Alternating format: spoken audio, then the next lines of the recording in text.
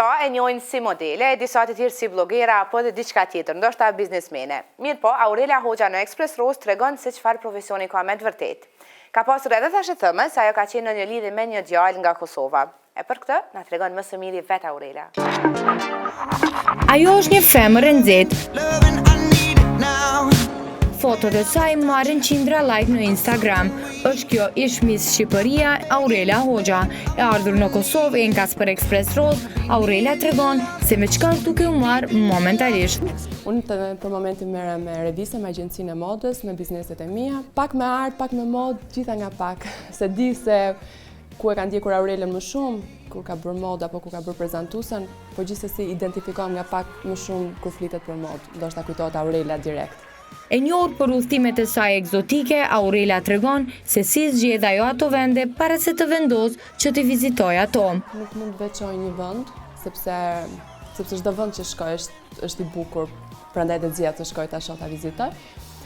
Po plazhet, përgjithsisht pëlqejnë më shumë plazhet, pëlqejnë më shumë deti, edhe kështu që mendoj që ndihem më mirë në verë, udhëtimet që bëjmë verë edhe plazhet shumë. Mirë po sa i përket modelizmit, a do të vazhdoj Aurelia me modelizëm?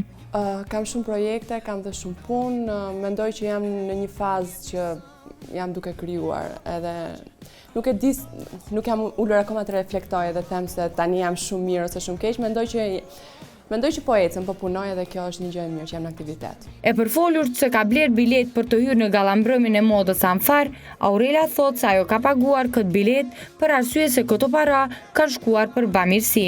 Jo, nuk ka ndodhur, nuk është me bileta, Fashion Week nuk është me bileta, është me ftesa edhe ftesat e mia kanë qenë gjithmonë publike, si janë bërë, kështu që jo, nuk ka ndodhur. Është tjetër gjë me bilet, po mendoj unë kam publikuar ftesat edhe kanë qenë ftesat të cilat janë bërë sfilata që kam qenë nga stilistët, kështu që nuk ka ndodhur asnjëherë, qoftë në D-Square, kam qenë e ftuar, në Dolce Gabbana nga Stefano, në Caval, në gjitha çfarë kam qenë e ftuar, nuk ka ndodhur asnjëherë. Vetëm nëse flitet për galan që është bërë për bamirësi, aty pastaj nuk është për pagesë, por është një bamirësi që bëhet për Amfar. Aty është bërë pagesë, por është një bamirësi që bëhet. Nëse flitet për atë mbrëmje, është diçka tjetër, por në Fashion Week, në sfilata të tilla nuk mund të paguash për qenë prezente, është vetëm me ftesë.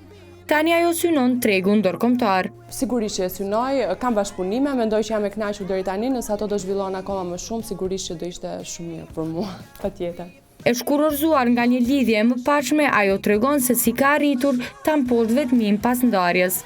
Është një periudhë të cilën e kam kaluar me punë edhe vazhdoj të merrem me punë, nuk kam dashur të flas për këtë pjesë dhe nuk do ta bëj as në këto momente, por që jam mirë. Në lidhje me thashëthemet se ajo ka gjetur një të dashur të ri dhe atë nga Kosova, Aurelia ka këtë përgjigje.